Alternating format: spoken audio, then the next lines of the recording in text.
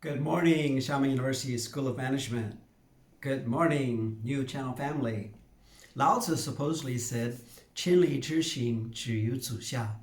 The journey of 1,000 miles begins with the first step. But is this true? What if the first step is in the wrong direction? I can go from Xiamen to California by heading west, but it's a lot faster if I go east. And I could try to walk, but I drown. Even if I knew it was water, I doubt I could swim it. So I think the first step of a 1,000-mile journey should begin with not the first step, but choosing a goal. What direction will you take? And then how will you get there? Walk? Swim? Fly? This is important. A lot of Chinese business people are saying, go into the world, 走向世界. But most businesses fail, even right here at home. Professor Hu Min, the CEO of New Channel, he almost quit his third year.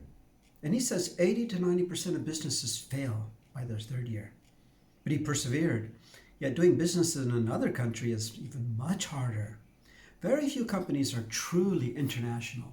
The few U.S. companies who work outside of the U.S. are almost all right next door in Mexico and Canada. I encourage you to go into the world, 走向世界. But first know where you are going and how you are going. And very importantly, be sure you know why you are going. So later, when the going gets tough, you're tempted to quit, you'll remember why you started it. When Hu Min was tempted to quit New Channel, he remembered 不忘初心. He said after that he felt reborn and he's not slowed down since. Of course, some people do set out without clear goals, and I don't recommend that, but maybe it's better than doing nothing all your life. After all, if you go 1,000 miles in any direction, you'll end up somewhere new, and you'll learn something if you survive. As the old saying goes, 读万卷书不如行万里路. In other words, walking 1,000 miles is better than reading 1,000 books, or so it's said. I'm not sure I agree with that. Maybe it depends on where you walk or what kind of books you read. Columbus is a great example of a successful failure. He tried to reach South Fujian in India, and he failed completely, but he found the Americas. Of course, most Westerners say Columbus discovered America, but given that it already had millions of people, some of whom were my ancestors, I'd say he invaded the Americas. But he's lucky he invaded the Americas instead of China. Columbus took a copy of Marco Polo's travels on his voyage, and he had underlined Marco Polo's descriptions of the great riches of Quanzhou, the start of the Maritime Silk Road, which inspired Xi Jinping's Belt and Road Initiative. And of course, we all know how Europeans did business back then. It wasn't real business, it was piracy and plunder. Spain took billions in wealth from the Americas. If they had tried that in Quanzhou, I suspect Spain would now be part of China.